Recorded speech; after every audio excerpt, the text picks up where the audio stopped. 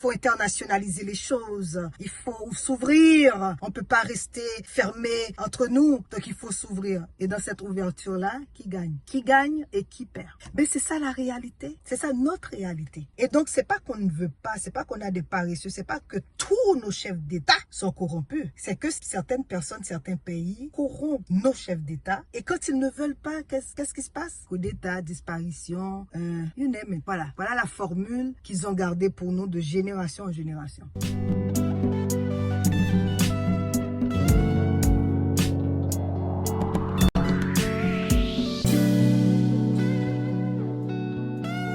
Honneur, respect, comment allez-vous? Quel plaisir, oui, quelle joie de me connecter avec vous. Comme vous voyez, je ne fais que m'éventer parce que il fait très chaud.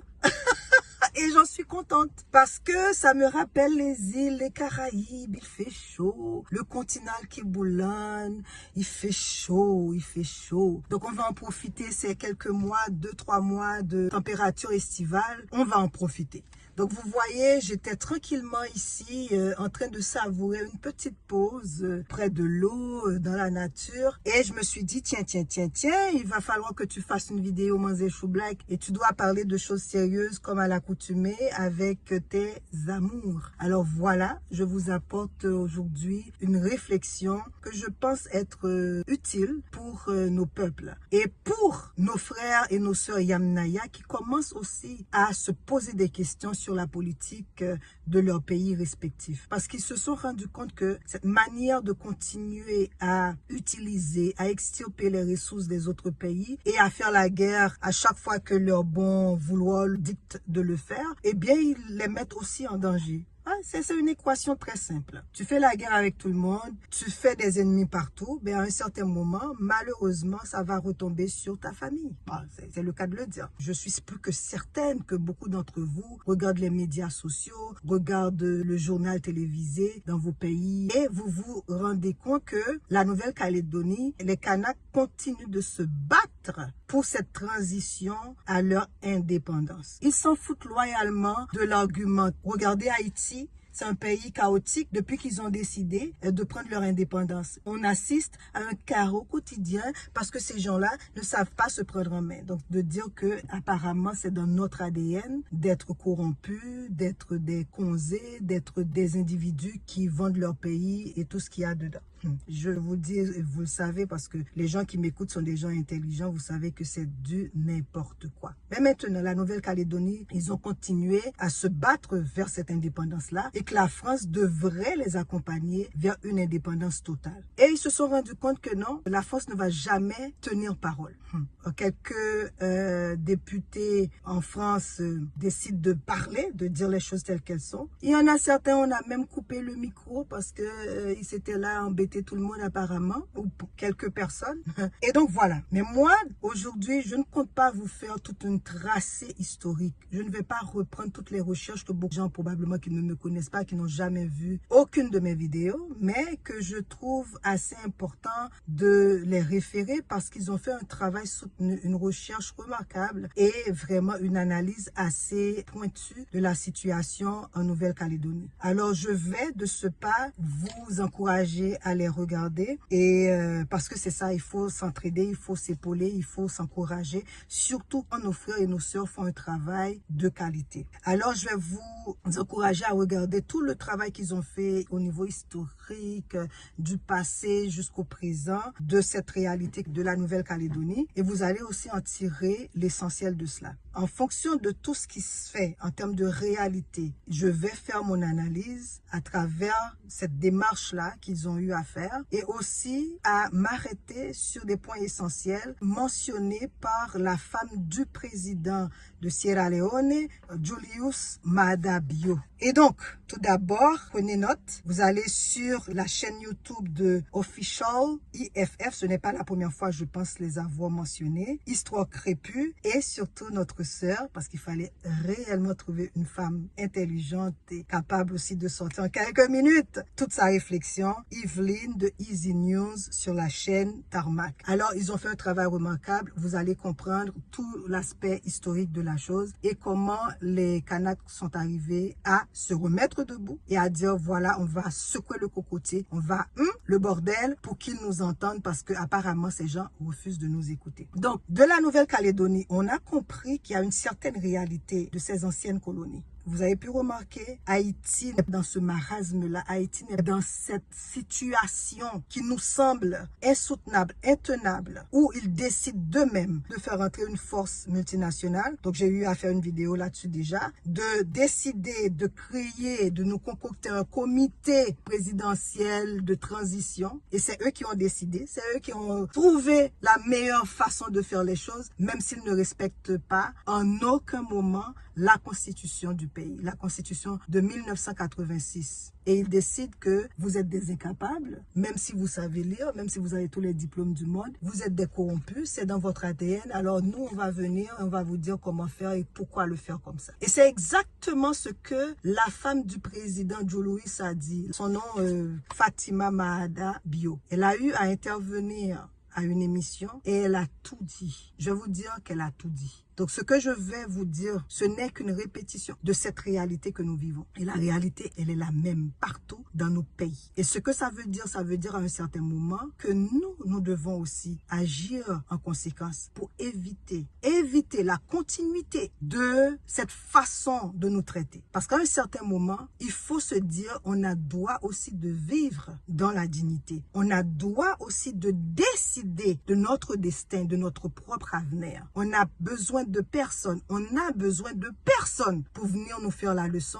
alors que vous faites ce que vous voulez dans vos pays et certains de ces pays-là ont été créés dans un bain de sang et vous le savez déjà. Vous êtes assez intelligent et vous savez, vous allez en déduire quel pays qui s'est construit dans le sang des habitants. Et donc, elle a participé à cet entretien-là et elle a fait comprendre, et d'ailleurs, c'est les mêmes réalités que nous vivons. Zimbabwe, Afrique du Sud, Sierra Leone, Haïti et les pays qui sont encore sous l'emprise de la France, la Guadeloupe, la Martinique. Il y a certains qui continuent de se battre. Je vais partager avec vous une vidéo d'une sœur, une jeune sœur, je crois qu'elle est de la Guadeloupe. Elle a aussi mentionné cette réalité que nous vivons. Parce qu'il y a une réalité passée, il y a une réalité présente. Et donc pour ceux et celles qui font semblant là, oh il y a un racisme inversé, les Noirs maintenant sont racistes envers nous. Écoutez, vous n'avez même pas pris le temps de nous connaître. Tout ce que vous faites, c'est en fonction de vos besoins et de vos réalités. Ils n'ont même pas pris le temps de comprendre et de connaître les populations. S'ils le font, c'est tout simplement afin de mieux nous utiliser. Alors, on s'est rendu compte que ce qu'elle disait, c'est une réalité qui perdure dans nos pays. C'est une réalité que doit malheureusement vivre tout chef d'État issu de nos communautés, qui vivent dans nos pays, qui essayent de changer la donne, qui essayent de porter le flambeau de leur liberté, le flambeau de ces peuples qui ont été meurtris pendant des siècles, des décennies, et qui décident maintenant, c'est à nous de faire notre mieux pour que nos pays et nos populations puissent vivre et se développer correctement. Donc, elle a parlé d'abord, nous avons toutes les ressources nécessaires pour prendre soin de nos populations. Nous avons toutes les ressources parce que nos terres regorgent les ressources naturelles. Et donc, nous avons cette capacité-là. C'est pas qu'on est pauvre. Et c'est pour ça que je demande tout le temps et je corrige mes frères et mes sœurs quand ils disent, mais on est des pays pauvres. On n'est pas pauvres, on est appauvris. On est appauvris pas parce que nécessairement on est bête, parce que nécessairement on a voté les mauvaises personnes. C'est parce que ces pays-là encouragent, supportent, arment et protègent nos incapables. Et quand il y a quelqu'un qui essaie de leur tenir tête, comme elle a si bien dit, eh bien là, on va créer une opposition. On va essayer de les mettre dans des situations difficiles où ils seront dans l'incapacité, et dis-je bien dans l'incapacité de gérer leur propre pays. Donc, chaos total, une opposition de schnout. Ils vont même armer des gens, c'est ce qu'on vit actuellement en Haïti. Ils vont sortir toutes les formes de rapports de schnout qui existent pour dire que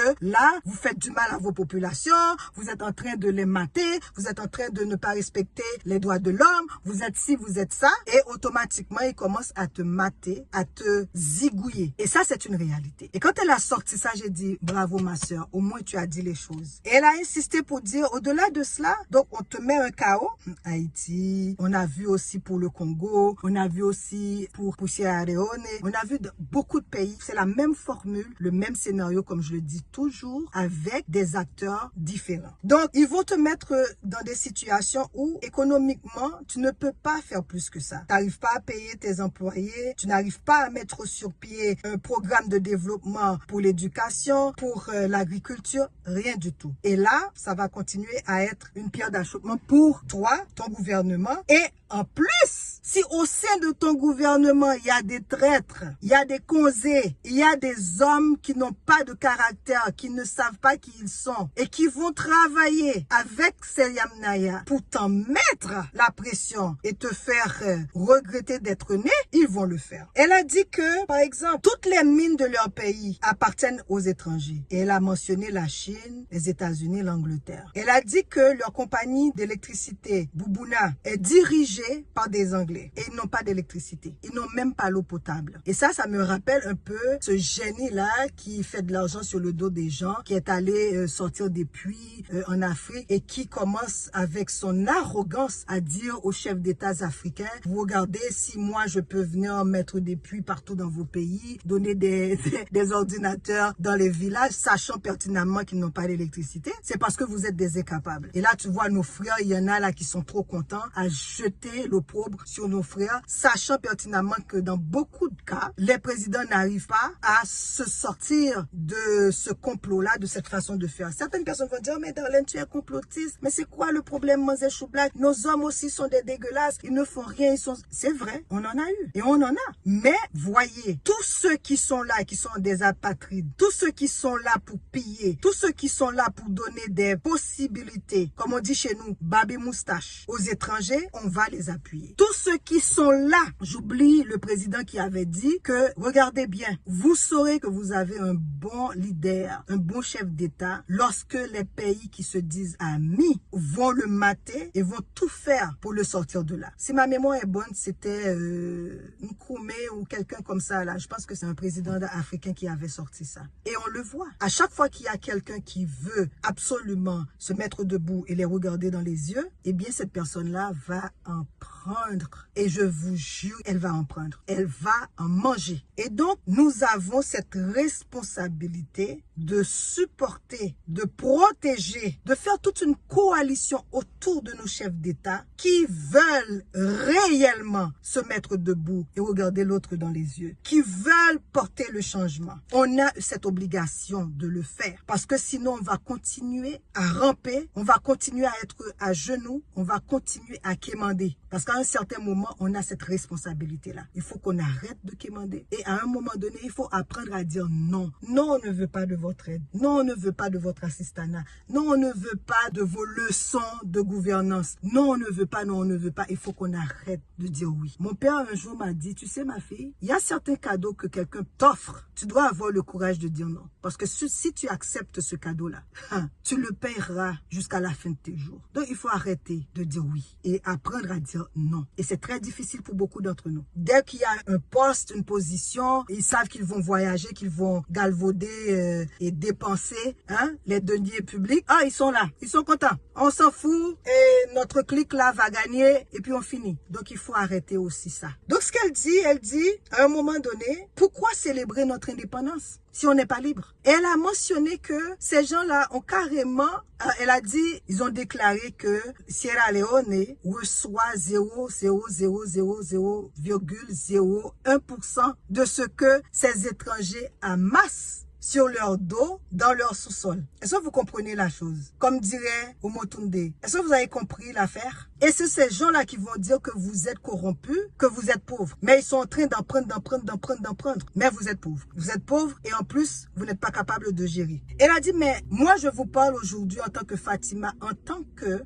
citoyenne, pas seulement en tant que femme du président. Et puis elle dit, de toute façon, en tant que femme de président, on ne me paie pas directement, non? Je suis citoyenne avant tout. Je peux dire ce que je veux. Il n'y a personne qui va me dire et me faire pression comme quoi je vais perdre ma position. Je suis femme du président. Donc le président, on peut lui donner donner un coup d'État en fait. En résumé, c'est ça, on peut lui faire un coup d'État. On peut le disparaître, mais moi, je resterai sa femme et je resterai une citoyenne du pays. Vous voyez l'affaire. Donc c'est ça, il nous faut de ces femmes-là, il nous faut de ces hommes-là, qui ont cette capacité, qui ont la fierté, qui savent qui ils sont et qui sont capables de dire non. Donc elle dit qu'elle aimerait que le peuple supporte ce que le président veut faire. Moi, je sais pas, je vais faire plus de recherches sur le Sierra Leone et dans cette période-là, parce que j'ai pas eu à le faire ces dernières années. Donc, je vais retourner, refaire les recherches pour voir comment le pays se porte maintenant, pour pouvoir avoir une idée beaucoup plus arrêtée et savoir si effectivement ce sont des gens qui se tiennent debout et qui veulent absolument changer la donne dans leur pays. En Haïti, par exemple, certains gouvernements, de gré ou de force, ont accepté de céder ou de privatiser les institutions les plus rentables du pays pour faire plaisir à ces gens-là qui n'ont ni foi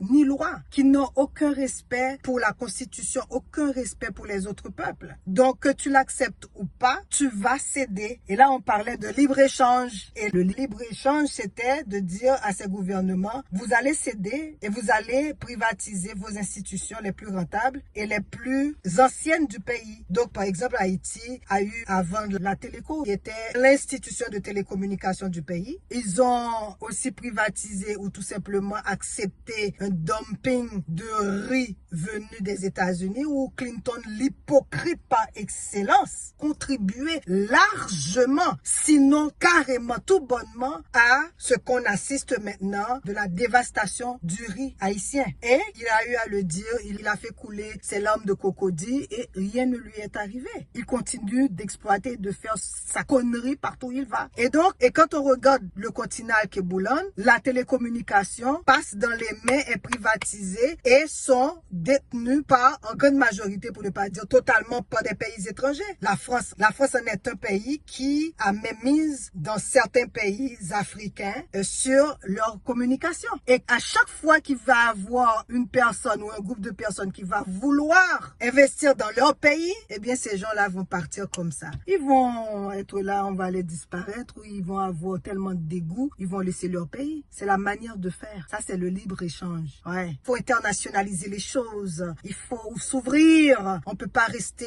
fermé entre nous. Donc, il faut s'ouvrir. Et dans cette ouverture-là, qui gagne? Qui gagne et qui perd? Mais c'est ça la réalité. C'est ça notre réalité. Et donc, c'est pas qu'on ne veut pas, c'est pas qu'on a des paresseux, c'est pas que tous nos chefs d'État sont corrompus. C'est que certaines personnes, certains pays corrompent nos chefs d'État. Et quand ils ne veulent pas, qu'est-ce qui se passe? Coup d'État, disparition, you name it. Voilà la formule qu'ils ont gardée pour nous de génération en génération. Si tu veux pas, on te colle une opposition, on met le pays à feu et à sang, on va te lapider, on va sortir toutes les histoires macabres sur ton dos, on va te faire devenir l'homme à abattre au niveau international et dans ton propre pays. Et le pire, tu es obligé à un certain moment soit d'accepter ou de te retirer. Voilà. Qu'est-ce qu'on fait avec tout ça? En termes de solution, elle le dit clairement et l'on revient. Et elle a parlé de reddition de comptes, ce que l'on refuse de faire chez nous. Nous, les voleurs, les pilleurs, les grands mangeurs, comme on dit chez nous. D'ailleurs, dans beaucoup de cas, on n'a même plus d'institutions. C'est le cas d'Haïti, il faut le dire. On n'a pas honte de le dire. C'est une réalité. Il va falloir qu'on l'accepte pour pouvoir porter les changements pertinents. Donc, nous, on n'a pas de reddition de comptes. Le président part, les ministres partent, le député, les députés, les sénateurs partent. Rien du tout. Il n'y a pas de reddition de comptes. Et quand ils font le simulacre, il n'y a pas de suivi. Il n'y a pas de suivi. Et c'est pour ça qu'il faut le changement. Et c'est pour ça que le peuple doit se mettre debout. Parce que vous ne pouvez pas vous asseoir là. Et elle l'a dit clairement. Vous ne pouvez pas vous asseoir tranquillement et attendre qu'un miracle va se faire. Et elle a dit, il faut aussi qu'on se dise qu'aucun pays ne doit venir nous dicter, aucun pays ne doit venir nous dire sur quel que soit le prétexte que on doit accepter, ils veulent qu'on fasse ces choses comme ça. Ils ont toujours une invitation à nous faire sur la manière de mener nos affaires internes. Elle a dit, niet, il faut qu'on arrête ça. Il faut qu'on les arrête. On ne veut pas de vos conseils. On ne veut pas de ce que vous voulez qu'on fasse. Les bons conseils, on sait qui vont nous les donner, mais c'est pas vous. Puisque ce n'est pas vous, vous nous laissez tranquille. Donc finalement, elle a dit tout haut ce que j'essaie de vous dire tout bas depuis plusieurs mois. en fait, sur la chaîne Mademoiselle Chou Black. Parce que moi, j'ai eu à faire la radio et jusqu'à maintenant, je continue de faire la radio. Et ce que je dis là, maintenant, il n'y a rien de nouveau. Je ne fais que répéter parce que l'éducation se fait dans la répétition, à travers la répétition. Il faut qu'on continue de vous marteler l'esprit avec les mêmes propos, le même discours. Parce que ça nous a pris des siècles et des décennies à embrasser, à intégrer dans notre système tout ce complexe-là, toutes les critiques négatives et toutes les maltraitances. Et donc, ça nous prendra autant d'années pour changer notre système, notre façon de penser.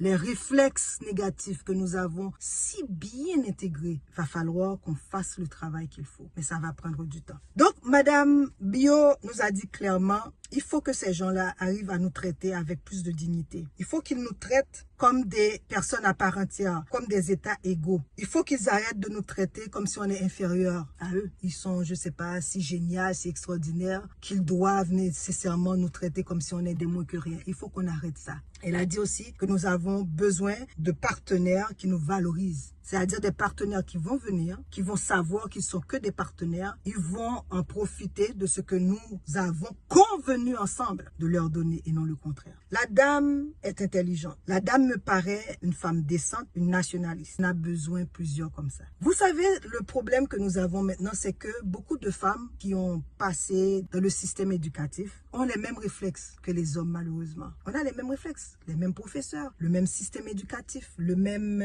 discours, la même philosophie, les mêmes idéologies. Donc, nous avons beaucoup de femmes qui, malheureusement, ont embrassé les mêmes façons de faire. Et ce qui fait que beaucoup d'entre elles décident d'être dans la gestion, d'être dans des sphères gouvernementales et répéter les mêmes attitudes, les mêmes conneries que les hommes. Mes sœurs, réveillez-vous. Regardez Winnie Mandela. On peut bien dire beaucoup de mal parce qu'il y en a qui ont décidé, qui ont osé. Mais c'est une femme de résistance. C'est une femme tenace. C'est une femme qui avait une vision pour son pays. Et elle a tout fait dans sa capacité, avec ses limites, de continuer cette bataille. Même quand on a pris, on a volé toute la jeunesse de son mari. Elle a décidé de mener le combat. Et qu'est-ce qui s'est passé? Mandela, pour faire plaisir et pour aller vers une paix, a décidé de la sacrifier. Oh oui, il l'a laissée sous tous les prétextes du monde et elle est restée droite. Mais je dois quand même lui donner quelque chose, hein, Mandela. Il a su quand même faire la part des choses. Il l'a traité ouvertement, avec beaucoup de respect, avec beaucoup de compassion, avec beaucoup d'honneur. Donc vous voyez les sacrifices que nous sommes appelés à faire. Vous voyez que le combat n'est jamais facile.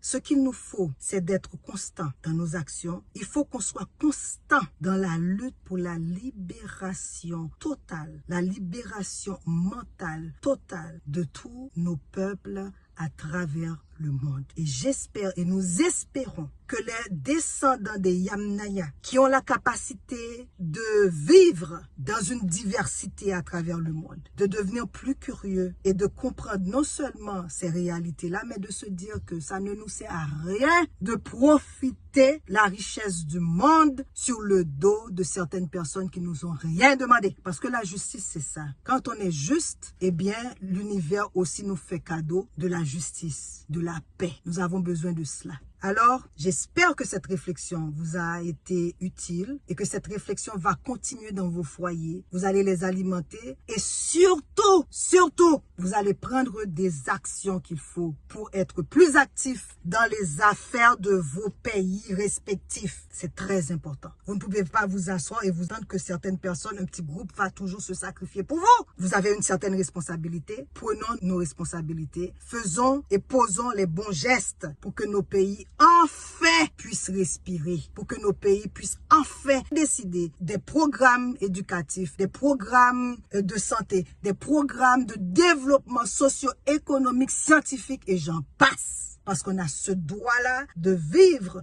dans la dignité. On a ce droit-là de rester debout et de regarder quiconque dans les yeux. On est des êtres humains. Voilà, c'est aussi simple que ça. Alors sur ce, je vais conclure avec une vidéo de la jeune sœur, comme j'ai eu à le dire, et bonne réflexion. Il a fait de nos territoires des bases militaires pour ses armées et des viviers de main-d'œuvre bon marché. Depuis des décennies, il maintient nos peuples dans la misère, il refuse l'autodétermination à la Guyane, à la Guadeloupe, à la Martinique, à la Réunion, à Mayotte, à la Kanaki, à la Polynésie, uniquement pour ses intérêts. Moi, je suis guadeloupéenne, comme Rosanne le disait, et bien sûr, quand je vois ce qui se passe en Kanaki, moi, j'ai une impression de déjà-vu. Moi, je me revois moi-même en 2021 à 8000 km de chez moi, en train de scroller mon écran de téléphone et voir des pelotons militaires dans les rues, des chars de la gendarmerie, des snipers postés à des ronds-points. En gros, une armée qui s'apprête à faire la guerre, comme si en face, il y avait une autre armée. Face à cette artillerie-là, en fait, il faut se rendre compte qu'il y avait juste des jeunes en short, une jeunesse, en fait, qui vit dans une prison à ciel ouvert, qui ne leur laisse pour seule opportunité que la galère et le chômage. La répression coloniale, c'est des dizaines de Guadeloupéens qu'on compte encore, morts sous les coups de la police en 67, parce qu'ils se mettent en grève contre les violences racistes. La répression coloniale, c'est 19 indépendantistes tués dans la grotte d'Ouvéa en 88. La répression coloniale, c'est ce qui se passe aujourd'hui en Kanaki, c'est ce qui s'est passé en Guadeloupe en 2021 et dans les quartiers populaires en 2023, quand l'État, il envoie le RAID et le GIGN pour réprimer la jeunesse qui se soulève contre un ordre raciste, colonial et impérialiste. Voilà ce qu'ils veulent pas qu'on voit quand ils interdisent TikTok en Kanaki, à la fois ce qui est le visage de la répression brutale, mais aussi ce qui est un peuple qui se soulève et qui lutte contre l'oppression coloniale. Merci de rester fidèle à la chaîne. Merci de partager les vidéos, de les commenter. Merci de vous abonner à la chaîne. C'est très important parce qu'on a besoin que l'algorithme continue de propulser la chaîne. Et merci surtout de mettre le pouce. Ça nous encourage. Sur ce, Kembe Jam, câlin et à la prochaine.